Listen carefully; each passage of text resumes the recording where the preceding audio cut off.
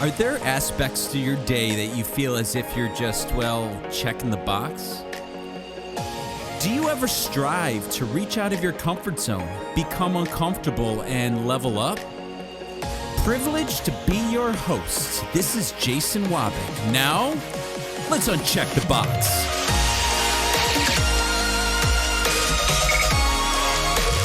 Another great day to everybody out there. Once again, my name is Jason Wabick, host of the Uncheck the Box podcast, where today we continue our journey together in the quest of being the best versions of ourselves that we can possibly be. And today's topic, persistence wears resistance, is absolutely crucial to achieve our highest peak and our full potential. When we take a look at the definition of the word persistent, it looks something like this: a firm, continuous course of action in spite of difficulty or opposition. So, the key word in there, continuous. We continuously drive an action repeatedly, regardless of its difficulty and regardless of what gets thrown our way. And there can be a lot of good that comes from this. Years ago, I had just completed my freshman year of college, and I went to school for professional golf management. So I was working in the golf field, learning how to run a golf operation, how to instruct the game. My first internship during the summertime, I decided to move back home to Buffalo, New York, for at least my first one. The next 2 and 3, I continued to move a little bit further away from home, but the first one, I came back home. When I was at work one day, I was working in what's called the bag room, where we clean the clubs and take the clubs out and get them ready to go out into play for the members. One of the caddies came in and said, "Hey, listen, I just caddied for a group from Oak Hill Country Club, a very prominent golf club country club out in Rochester, New York, one of the tops in the country, working for one of the top golf pros in the country." And I said to myself, maybe I can inquire about a job for next summer. So I decided to approach one of those members, and I introduced myself. I said who I was and that I was an intern at Methodist College in North Carolina, and I aspired to be a golf professional. And it would be my desire to possibly work at Oak Hill Country Club next summer. He said, "All right, kid, well, here's my name, here's my phone number. Why don't you give me a call, and we can discuss maybe a little bit further." I had no idea who I was speaking with, so I decided to call that gentleman the very next day. He proceeded to say, "Okay, well, do you have a resume?" I said, "Absolutely." He goes, "Well, mail it to me. Here's my address." I proceeded to put together clean up my resume, and I mailed it to him. I followed it up with another phone call. "Hey, did you receive my resume?" He said, "I did. I reviewed it. Can you drive out here and meet me for lunch?" I said, "Sure." We set a date. I drove out there, and I met him for lunch, sat down, discussed my goals and aspirations and what I've learned up to this point, a little bit about me, and he proceeded to tell me a little bit about the club and give me a tour. Now I'm completely in awe and excited about the potential opportunity. Mind you, for next summer, okay, so I'm working probably 10 months in advance. I followed back up with him, and it led to him offering me a job for the very next summer. When I started there and I started working and got ingrained into the club, right, and into my new job for that summer, we played in a golf tournament. This member and we played in a golf tournament that next summer when I was an employee there. And he proceeded to tell me that I was the most, and I quote, I remember these words vividly, that I was the most persistent little bastard he's ever met, and he couldn't help but to get me a job there. And I don't know what taught me persistence. Perhaps it was my father, who displayed a work ethic that was second to none, and just watching that alone was enough to drive me and motivate me to continue to follow in those footsteps. But I definitely was persistent. I wasn't going to take no for an answer, and I was going to go after what I wanted, and I was going to repeatedly ask for what it is that I want. Now, It would have been nice to know if I was told no, how I would have rebounded. But fortunately, in that case, I was not told no. But I was basically affirmed that my persistence is really the number one reason I got that job. So why be persistent? Well, here's a few bullet points, okay? Why be persistent? Number one, it makes you feel better about yourself. Too many of us give up way too soon because it just doesn't feel comfortable. We've talked about that many times. I've also used this analogy, which I really like using, that when we first learn how to ride a bike, and perhaps our parents took off our training wheels, what happened? We probably fell. Didn't feel comfortable. We probably scraped ourselves up. We got ourselves back up on the bike, and we probably fell again. And we've repeated that a handful of times until we eventually got it. Now you become the expert. Now you know how to ride that bike. You know, what I do right now is I teach young aspiring sales professionals and even some veterans that don't like to prospect and cold call. I've mentioned that. And so what I teach is that we have to continue to make those phone calls, and they eventually do get better because we're persistent with what it is that we want. Number two, it'll motivate you to keep going because you start to eventually see some success. And when you start to see that success, confidence builds and your motivation grows. Number three, it gives you a realistic and true sense of accomplishment. Success, my friends, does not come easy. I don't care what anyone says or what you've read. If you expect to succeed, then please, everybody, expect to work hard because it doesn't just come easy. You know, my father has a quote. He said, very successful businessman says, there's a lot of hard work and a little bit of luck. And no questions, luck is a part of it.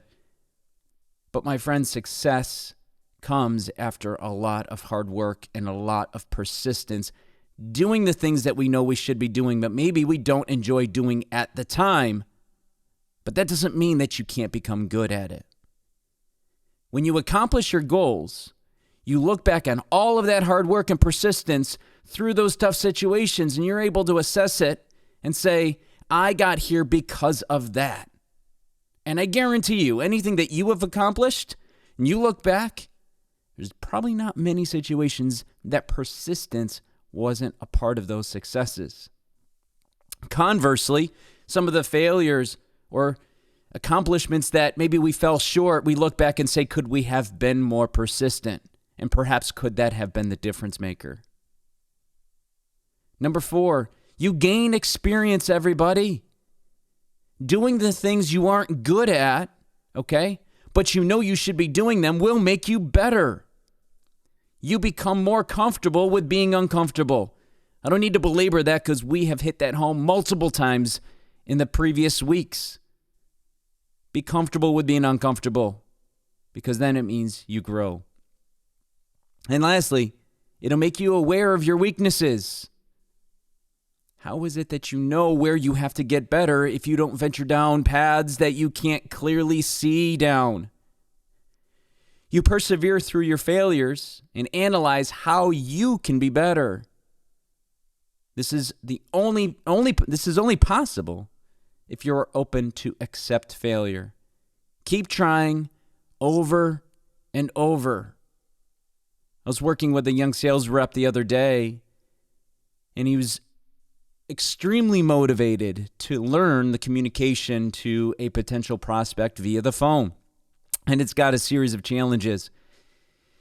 And he started out by making phone calls, and just in that one session, maybe half hour, 45 minutes, he proceeded to get better and better and better until his final engagement of that call session, he actually had gotten a potential prospect to engage with him and ultimately set an appointment for that prospect to pay a visit at the store to potentially engage in a transaction.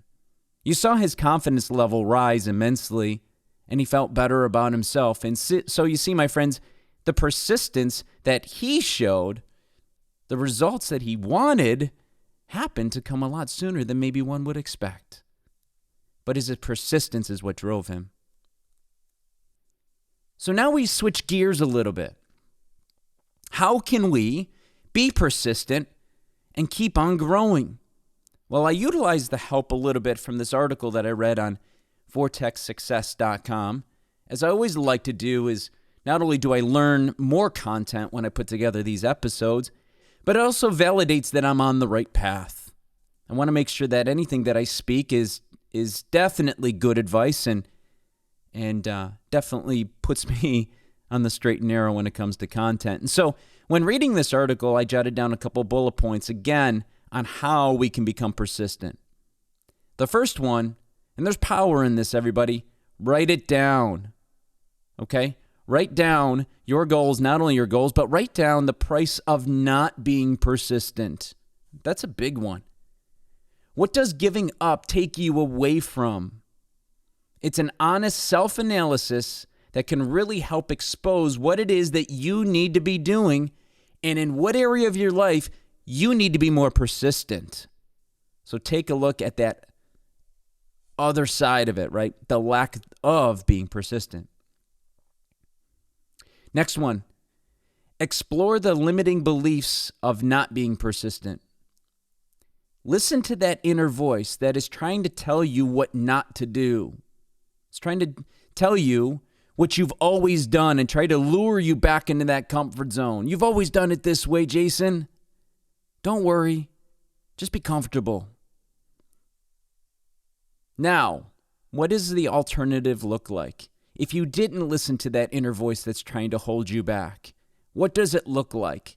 What do those results look like after some time trucking through the mud in the weeds of uncomfortableness? Is that what you should be doing? All this is possible because you focused on what you don't want to be persistent with, what you don't want to be doing. So again, exploring your limiting beliefs on why you don't want to be persistent will actually show you what it is you should be accomplishing.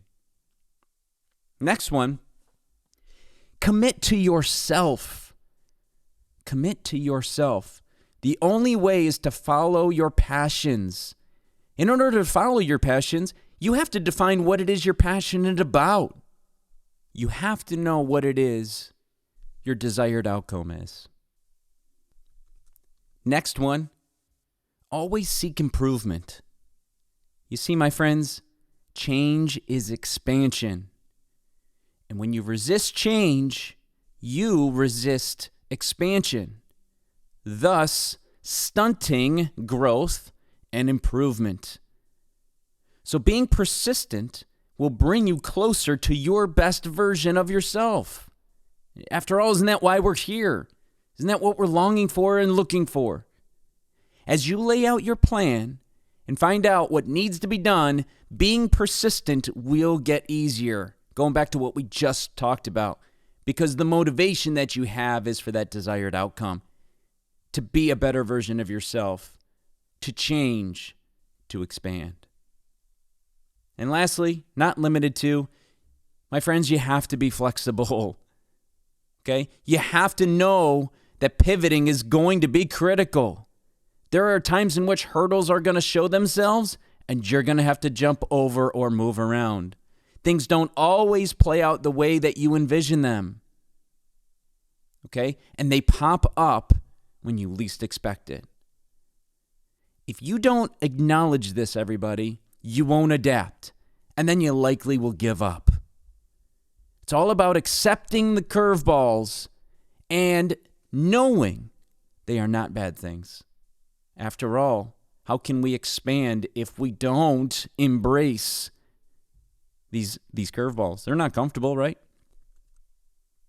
How you perceive the situation to be will ultimately create your reality, my friends. So if you perceive it to be non-comfortable and you can't be flexible, okay, then it's going to ultimately create your own reality. And that reality is not going to be growth-driven and filled with expansion.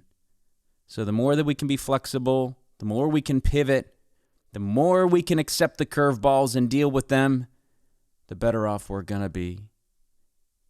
I'll finish up with this quote from that article. It said, "Luckily, persistence isn't a tricky skill to adopt. Just don't stop.